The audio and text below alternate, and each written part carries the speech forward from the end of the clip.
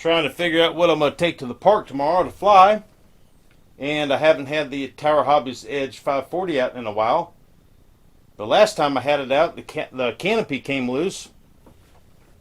It was connected back here, but it was flopped up. You know, it was catching in the wind. It was sticking up, and oh, it was hard to get it down, but I did. So I fixed the little dowel pin that lines up the canopy here where it slides under the cowl.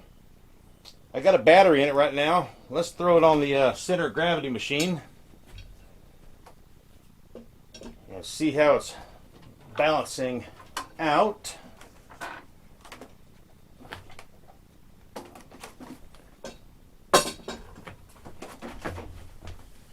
I've got little stickers on the wing showing the center of gravity mark.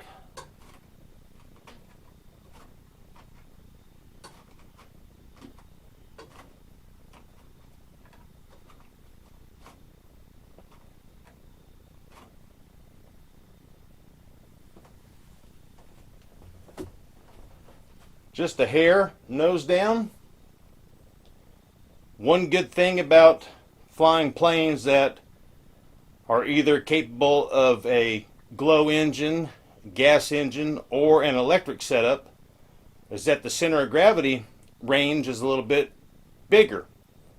This recommended center of gravity is between 2 and 3 inches. So if you're within the 2 and 3 inches, you're going to be okay.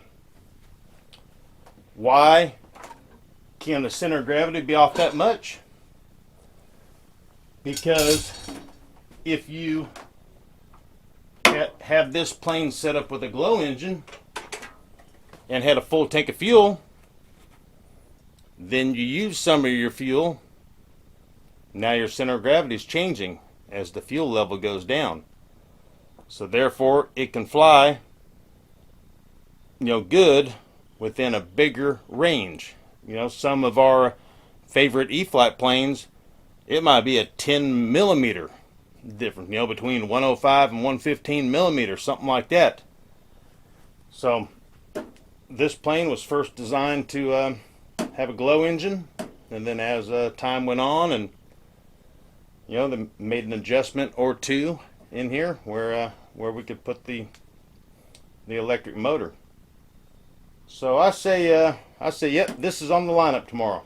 I'm going to take this and the extra 300. Until next time, you'll see the Edge 540 right here. See you guys.